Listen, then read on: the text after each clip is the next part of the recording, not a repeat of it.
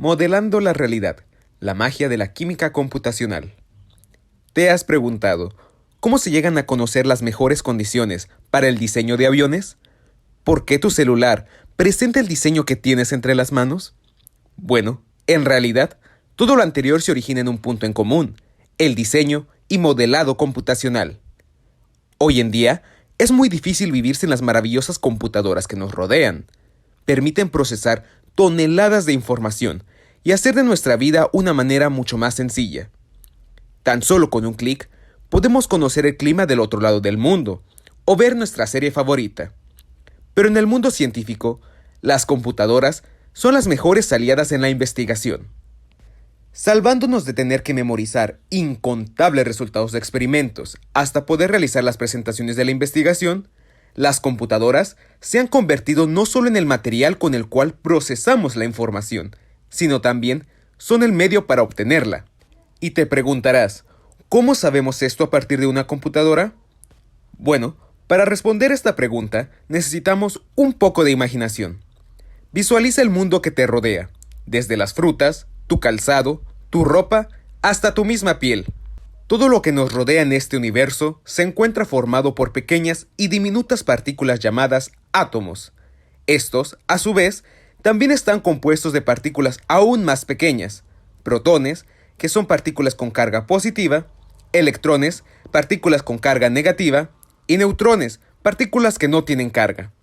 El número de cada una de estas partículas nos dirá entonces qué elemento es y todas sus propiedades. Por ejemplo, el calcio, componente principal de tus huesos, tiene 20 protones y 20 electrones.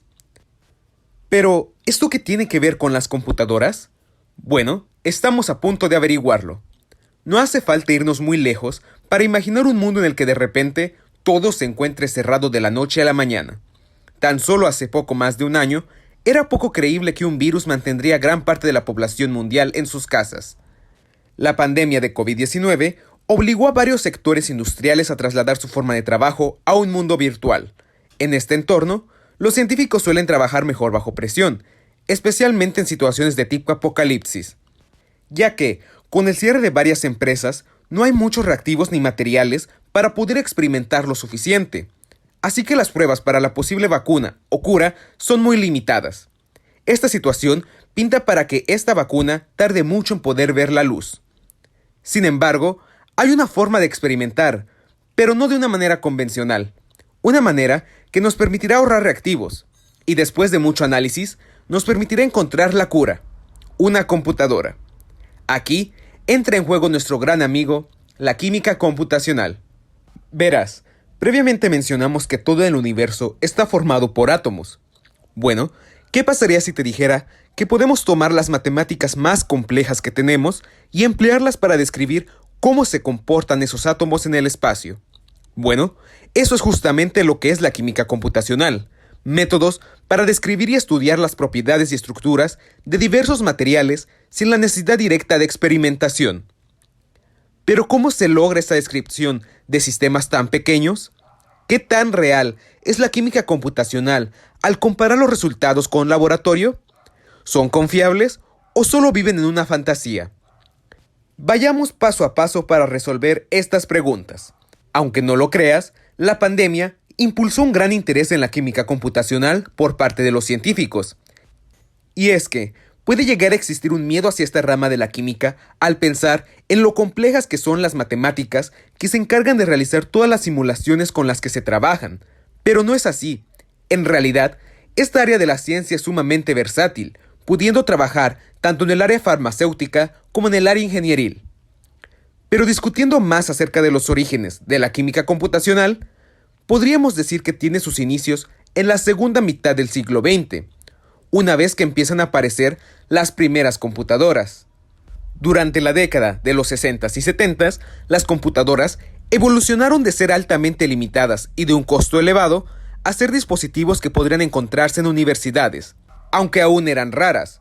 A partir de ahí, el rendimiento de estas computadoras ha incrementado de una manera inimaginable, permitiendo que se puedan realizar muchas más tareas en un periodo de tiempo muy corto.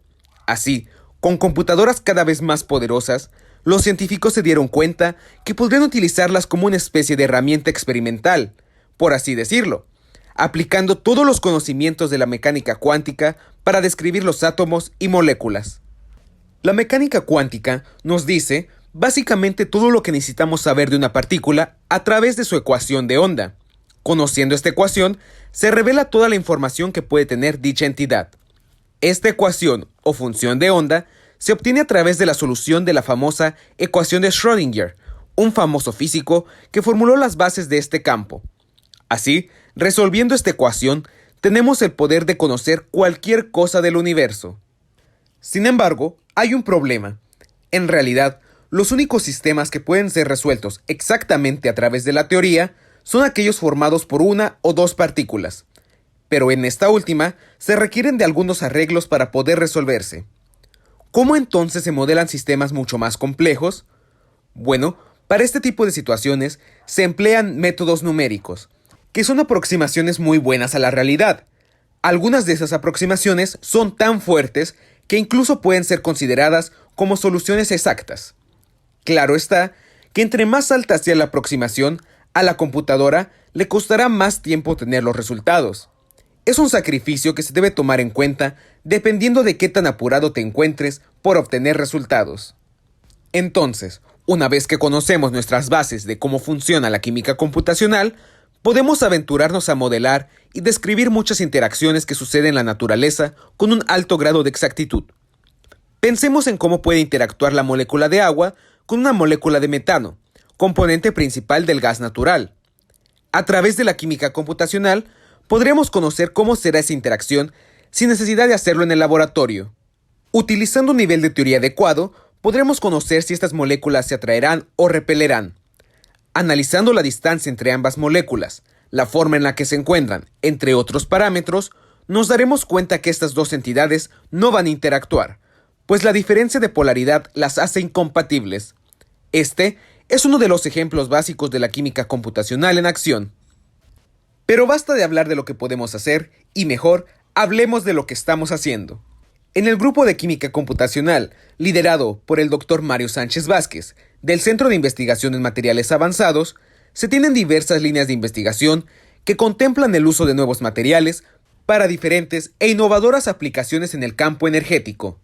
Por un lado, se cuenta con el grupo de investigación enfocado en almacenamiento de hidrógeno, el cual, usando diversos niveles de teoría para describir sus sistemas, se trabaja con láminas de nitruro de carbono grafítico, que son mejoradas al añadir metales en su superficie, favoreciendo así la capacidad de captar el hidrógeno sobre la superficie de este material.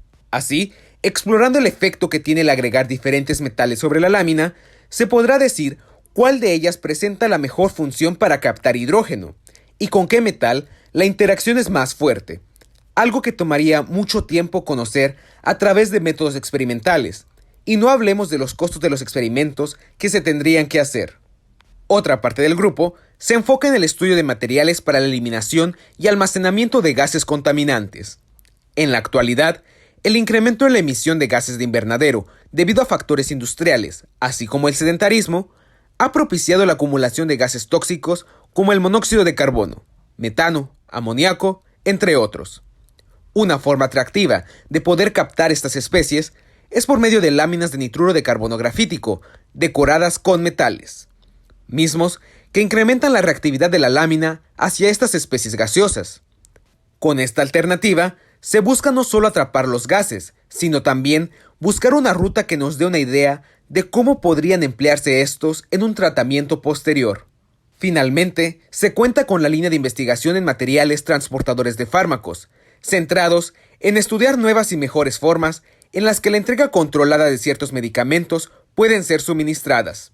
En esta línea, se trabaja principalmente con polifenoles, algunos de los cuales tienen la capacidad de contrarrestar los efectos oxidativos de los radicales libres en el organismo, evaluando la capacidad antioxidante de algunas de esas estructuras y estudiando los efectos de varios sustituyentes colocados estratégicamente en las moléculas para inhibir o potenciar su capacidad antioxidante, mejorando así la entrega eficiente de fármacos.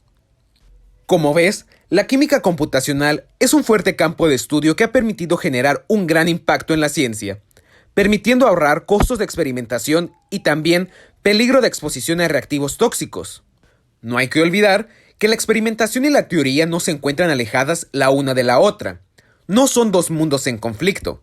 Al contrario, es la complementación mutua de estas dos ramas las que contribuyen día con día a generar más conocimiento.